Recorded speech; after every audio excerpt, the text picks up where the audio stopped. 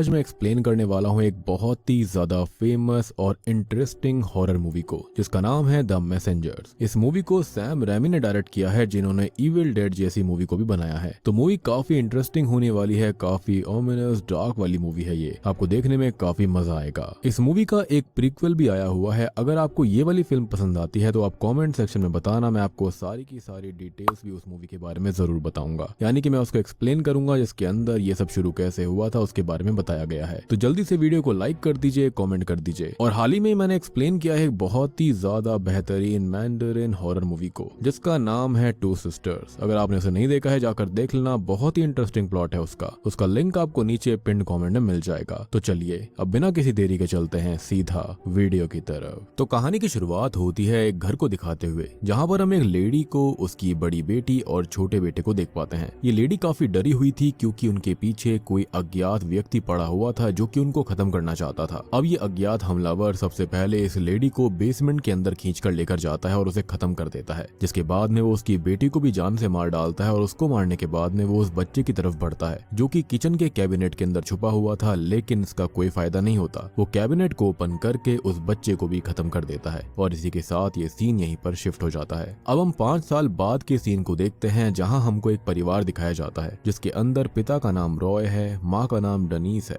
बेटी का नाम जेस और छोटा बेटा है बेन। दरअसल ये परिवार शिकागो से था, लेकिन ये लोग शिकागो से निकलकर अपने नए घर में मूव इन कर रहे थे जो कि नॉर्थ डकोटा के पास था। अब ये लोग वहाँ कार से जा रहे होते हैं, लेकिन जेस इस चीज से बिल्कुल खुश नहीं होती क्योंकि वो जिस इलाके में एंटर कर रहे थे वहाँ पर नेटवर्क की काफी दिक्कत होती है। एक और बात मैं आपको बताना चाहूंगा कि जो बेन है ना, वो असल में बोल नहीं सकता क्योंकि कुछ ही महीनों पहले उसका एक कार एक्सीडेंट हुआ था और कार को ड्राइव कोई और नहीं बल्कि उसकी बहन जेस कर रही थी। और बात रही कि ऐसा हुआ कैसे, तो जेस असल में ड्रिंक एंड ड्राइव कर रही होती है, जिस वजह से उसके माँ बाप को उस पर बिल्कुल भरोसा नहीं होता। खैर हादसे के बाद से ही बेन ने ट्रॉमा की वजह से बोलना बंद कर दिया था और उसी के इलाज की वजह से उनके पास पैसे नहीं बचे थे। खैर अब ये लोग फाइनली अपने नए घर के अंदर पहुंच जाते हैं, जो कि शॉकिंगली वही घर होता है जो कि मूवी की शुरुआत में हमको दिखाया गया था, जिसके अंदर उस लेडी को और उसके 2 बच्चों को किसी ने खत्म कर दिया था और इसलिए वो शहर से दूर यहाँ पर आ गए थे ताकि वो अपना सनफ्लावर फार्म को ओपन कर पाएंगे। बेसिकली रॉय को ऐसा लगता था कि इस फार्म में आने से उनके अंदर की जो चीजें टूटी हुई थी, बिखरी हुई थी, वो सब की सब सुधर जाएंगी, उनका परिवार फिर से खुशहाल हो जाएगा। खैर अब जैसे इस घर के अंदर आकर उस घर को देखने लगती है कि इसी बीच वो एक रूम के दरवाजे को ओपन करने लगती है, लेकिन वो दरवाजा नहीं खुलता और हम नोटिस कर पाते हैं कि ये उसी बेसमेंट का दरवाजा है जहाँ पर शुरुआत में उस लेडी को उस हमलावर ने खींचकर वहाँ पर मार दिया था। खैर बाहर डनीस और रॉय होते हैं जो कि अपने काम के सिलसिले में बात कर रहे थे। मीनवाइल जेस घर की सफाई करने लगती है, जहाँ पर किचन के कैबिनेट के अंदर उसको एक टॉय ट्रैक्टर दिखाई देता है और जिसको निकाल कर वो अपने पास रख लेती है। तभी उनके माता पिता काफी खुश थे और वो एक नई शुरुआत करने जा रहे थे। उन्हें विश्वास था कि आगे उनके साथ सब कुछ अच्छा होगा, लेकिन हम जानते हैं कि ऐसा बिल्कुल नहीं होने वाला। अब रॉय अपनी बेटी जेस के पास जाता है क्योंकि उसे यहाँ पर कुछ खास अच्छा नहीं लग रहा होता।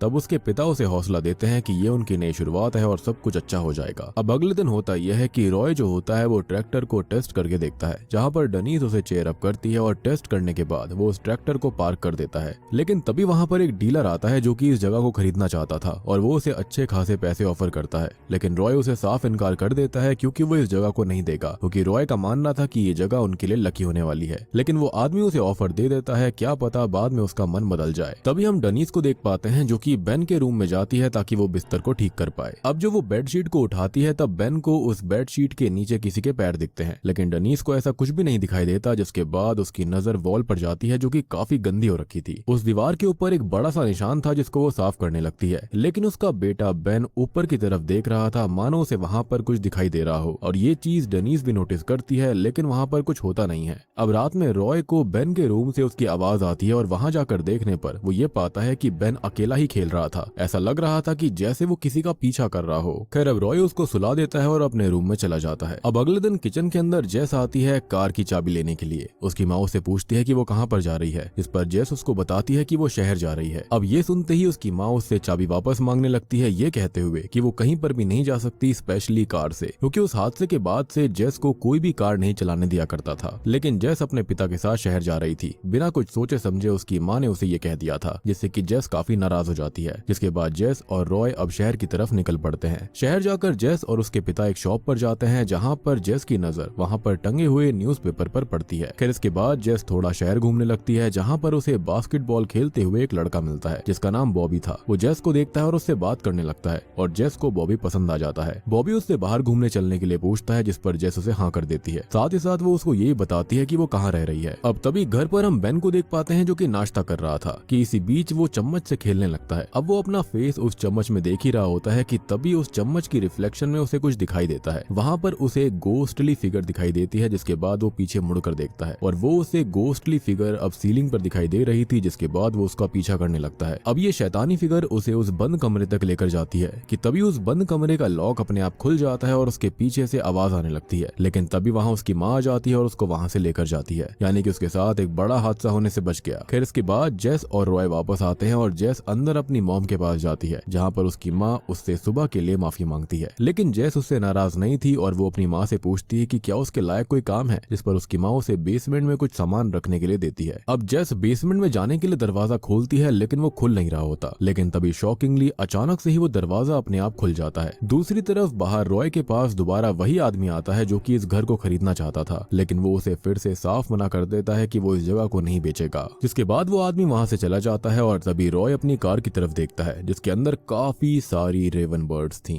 Dam, this raven bird again. Anyways अब वो उसके सीड्स को खा रही होती हैं और रॉय उन रेवंस को भगा देता है। और यहाँ पर मैं आपको एक इंटरेस्टिंग फैक्ट बताना चाहूंगा कि मूवी के अंदर इनको क्रोस कहा गया है, यानी कि कौवा बताया गया है, लेकिन असल मूवी के अंदर रेवन बर्ड्स का ही इस्तेमाल किया गया था क्योंकि वो काफी स्मार्ट होती हैं। मीनवाइल बेसमेंट के अंदर जेस को एक मरी हुई रेवन बर्ड मिलती है और वो उसे स्टिक से टच करने लगती है और उसके छूते ही वो तभी रेवन बर्ड उड़कर वहां से भाग जाती है, जिससे कि जेस काफी डर चुकी थी। अब बाहर रॉय जो होता है वो इन रेवन बर्ड से काफी परेशान हो चुका था कि तभी वहां पर एक आदमी आकर हवा में फायर कर देता है जिससे कि ये रेवन बर्ड्स वहां से भाग जाती हैं। रॉय उसे धन्यवाद करता है और उससे उसका नाम पूछता है, जिस पर वो अपना नाम जॉन बताता है जो कि यहीं पर रहता था। इसी बीच गन शॉट की आवाज सुनकर जेस और डेनीज भी बाहर आती हैं। रॉय उनको कहता है कि सब कुछ ठीक है और जॉन से वो उनको इंट्रोड्यूस करता है। जॉन यहीं का था लेकिन उसके पास कोई काम धंधा नहीं था करने के लिए। तब रॉय उसे एक काम में उसकी हेल्प करने के लिए कहता है जिसके बाद जॉन उनकी हेल्प करने लगता है। खैर काम करने के दौरान रॉय को हाथों में चोट लग जाती है जिसके बाद डेनीज उसे लेकर हॉस्पिटल जाती है, लेकिन जाने से पहले वो बेन को जेस के हवाले करके जाती है। हम ये भी नोटिस कर पाते हैं कि वो ट्रैक्टर वाला टॉय जो कि शुरुआत में जेस को मिला था वो बेन के पास था। अब जॉन उनके पास जाता है जहाँ पर वो उस ट्रैक्टर टॉय को ध्यान से देखता है और वहाँ से चला जाता है और जेस अपने घर के ऊपर ढेर सारे रेवन बर्ड्स को देखती है। जिसके बाद जेस अंदर जाती है जहाँ पर वो बेन को खाना दे रही थी कि तभी उसे कुछ अजीब सी आवाज आने लगती है जो कि कहीं और से नहीं बल्कि ऊपर सीलिंग से आ रही थी। तभी उस घर की चीजें अचानक हिलने लगती हैं हर तरफ से और जेस अपने भाई को पकड़ लेती है। इसी बीच वो 911 पर कॉल करने लगती है और तभी वो ट्रैक्टर टॉय अपने आप चलने लगता है जिसका पीछा बेन करने लगता है। तब जेस बेन को रोकने के लिए जाती है लेकिन आगे जाकर बेन गायब हो जाता है और वो ट्रैक्टर टॉय बेसमेंट में चला गया था।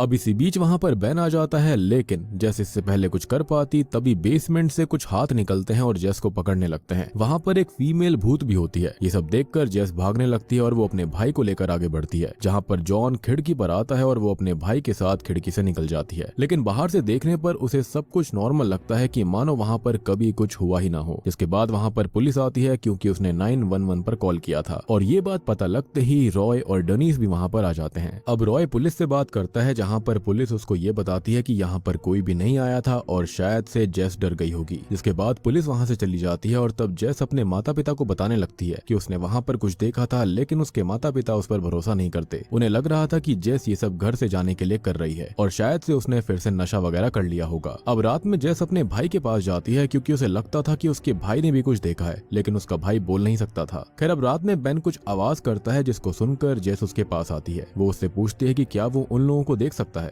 अगर हाँ तो वो उसे बताए कि वो चीज कहाँ पर है। जिस पर बेन इशारा करने लगता है और जेस उसके इशारे के जरिए चलने लगती है। अब वो आगे बढ़ी रही होती है लेकिन वो अचानक रुक जाती है कि तभी हम नोटिस कर पाते हैं कि उसके पीछे वही भूतिया आकृति होती है जिसको देखकर बेन इशारा कर रहा था लेकिन जेस आगे की तरफ देख रही होती है। फिर अचानक से ही जेस को अपने पीछे किसी की आहट महसूस होती है। अब जैसे ही वो पीछे मुड़ती है लेकिन तब तक वो गोस्टली फिगर गायब हो गई थी। अब अगले दिन इस बारे में वो जॉन से पूछने जाती है जिस पर जॉन उसको कहता है कि शायद ये सब उसके मन का वहम होगा। ये सब जेस के लिए इनफ नहीं था, इसलिए वो बॉबी से इस बारे में पूछने जाती है, लेकिन बॉबी के पास जाने के बावजूद भी उसको कुछ भी पता नहीं चलता। तब वो खुद ही बेसमेंट में जाती है, जहाँ पर वो इस घर के अंदर पहले रहने वाले परिवार के बारे में जानने के लिए गई थी, क्योंकि उसको लग रहा था कि जो चीजें उसको दिखाई दे रही हैं वो पिछले परिवार से जुड़ी हुई थी। अब बेसमेंट के अंदर जाकर उसको एक ड्राइंग मिलती है, जिसके अंदर एक माता पिता होते हैं, एक बड़ी बहन और एक छोटा भाई होता है। अब वो ये चीज देख ही रही होती है कि तभी पूरे के पूरे बेसमेंट के अंदर कोई काली परछाई पूरे के पूरे बेसमेंट के सरफेस को कवर करने लगती है। तभी जेस के बालों को वही गोश्त पकड़ लेती है और जेस जैसे तैसे करके वहां से जाने लगती है, लेकिन वो भूत जो होता है वो सीलिंग से होते हुए उसका पैर पकड़ लेती है। और यहाँ पर हम समझ पाते हैं कि ये गोश्त असल में उसी मदर सन डॉटर के हैं, जिन्हें स्टार्टिंग में मार दिया गया था।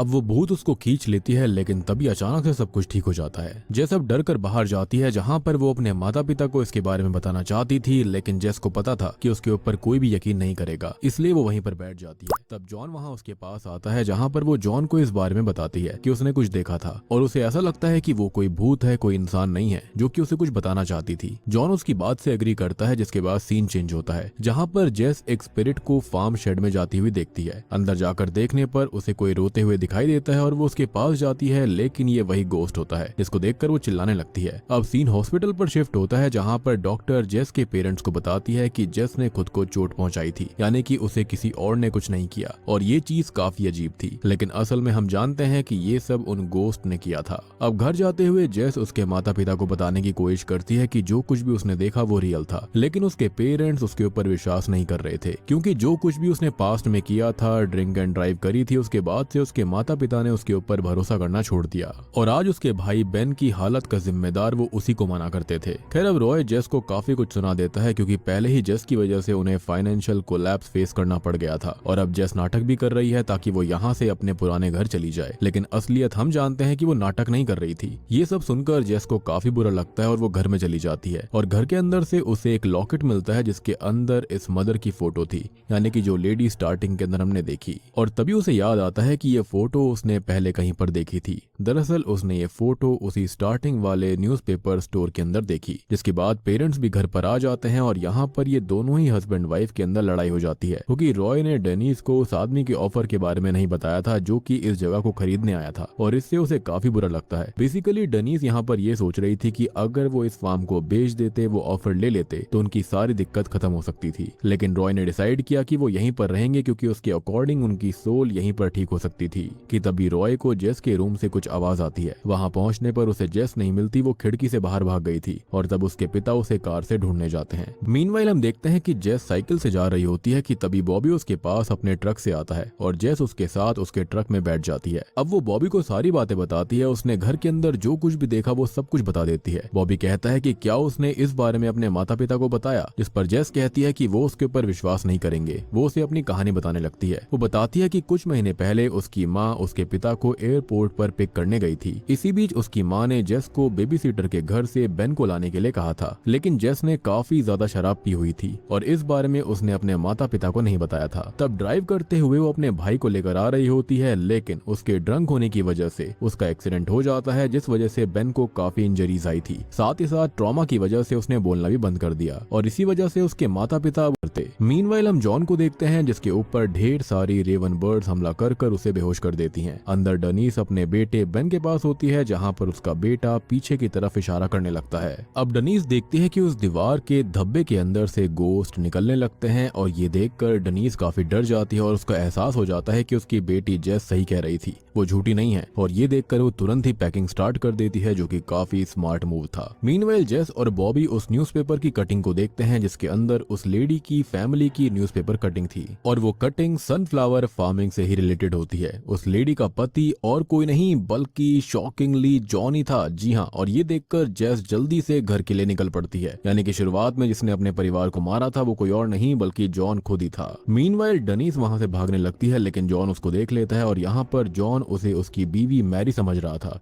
क्योंकि उसकी बीवी भी उसे छोड़कर ही जा रही थी। अब जॉन उसके पास आता है और उसे रोकने लगता है कि वो उसे कहीं भी छोड़कर नहीं जा सकती है। वो उसे मैरी बुलाता है। डनीस को कुछ भी समझ में नहीं आता कि जॉन कह क्या रहा था। इनफैक्ट वो बेन को अपना ही बेटा समझ रहा होता है। जॉन अब डनीस के साथ जबरदस्ती करता है और उसे जाने नहीं देता। थोड़ी देर के बाद में जेस वहाँ पर बॉबी के साथ आती है, लेकिन उनके ऊपर जॉन एक गार्डन फोक से हमला कर देता है। वो लोग उससे बचने लगते हैं, लेकिन बॉबी को वो मार मारकर बेहोश कर देता है, जिसके चलते अब वो जेस के पीछे लग जाता है और जाकर वो अपने आप को बेसमेंट के अंदर लॉक कर लेती है। और बेसमेंट के अंदर ही उसकी माँ भी उसे मिलती है, साथ ही साथ वहाँ पर बेन भी मौजूद था। तभी वहाँ बेसमेंट के अंदर जॉन आने लगता है और जेस अपना दिमाग लगाती है और बेसमेंट के बल्ब को फोड़ देती है ताकि जॉन उन्हें ढूंढ ना पाए। और जॉन बेसमेंट के अंदर आने लगता है, लेकिन वहाँ पर उसे कोई भी नहीं दिखाई देता। तब वो बेसमेंट की सीलिंग पर होल करने लगता है ताकि उजाला अंदर आ सके। इसी बीच हम रॉय को भी देखते हैं जो कि वहाँ पर आ गया था, जो कि बॉबी से उसकी बेटी के बारे में पूछता है। और उसके बाद में रॉय बेसमेंट में आ जाता है, लेकिन उसे जॉन के बारे में पता ही नहीं था कि वो आखिर है कौन। अब जॉन पीछे से एक गार्डन फोक से उसके ऊपर हमला कर देता है और रॉय वहीं पर गिर गया था। जैसा मौका देखकर उसके ऊपर एक डंडे से वार करती है, लेकिन उल्टा जॉन उस पर भारी पड़ जाता है। वो उसे जान से ही मारने लगता है, लेकिन तभी वहाँ पर एक दलदल सा बन जाता है जिसके अंदर उसके परिवार वालों के भूत थे। दरअसल जॉन ने ही अपने परिवार को जान से मार दिया था, क्योंकि वो हमेशा से एक साइको था। उसकी बीवी और बच्चे के गोश्त जो होते हैं वो उसे उस दलदल में खींचने लगते हैं।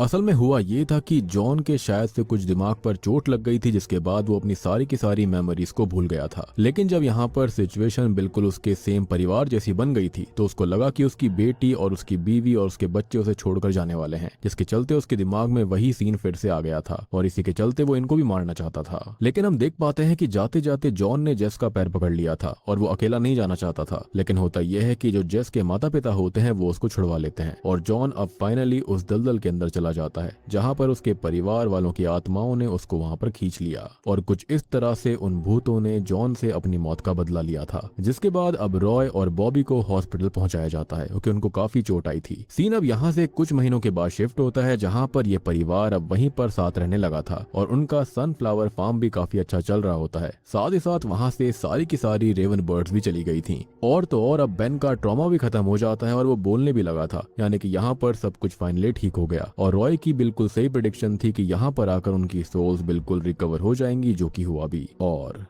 बूम, इसी हैप्पी एंडिंग के साथ में ये मूवी यहीं पर खत्म हो जाती है। तो दोस्तों ये थी सैम रैमी की तरफ से द मैसेंजर्स फिल्म की कहानी। उम्मीद करता हूँ कि आपको ये पसंद आई होगी। इनफैक्ट इसका एक प्रीक्वल भी है जिसका नाम है मैसेंजर्स द स्केयरक्रो। अगर आप चाहते हो कि मैं उसको एक्सप्लेन करूं और आपको अगर ये वाली फिल्म पसंद आई है तो जल्दी से वीडियो को लाइक कर दीजिए और कॉमेंट करके बताइए कि आपको इसका प्रीक्वल देखना है या फिर नहीं। तो क्या वाकई में जॉन पागल था या फिर इस फार्म पर वाकई में ऐसी कोई एंटिटी थी जिसके चलते उसका दिमाग हिल चुका था। ये मूवी जो है वो काफी ज्यादा सिंपल है और क्रिस्टल क्लियर है। यहाँ पर कुछ भी समझाने जैसा नहीं है। लेकिन अगर आपका फिर भी कोई डाउट है तो आप कमेंट सेक्शन में मुझसे पूछ सकते हैं, मैं उसका रिप्लाई आपको जरूर करूंगा। तो वीडियो पसंद आई हो तो लाइक कर देना, चैनल के ऊपर नए हैं तो सब्सक्राइब कर लीजिए। तो मैं आप सबको मिलता हूँ अगली वीडियो के साथ में, तब तक के लिए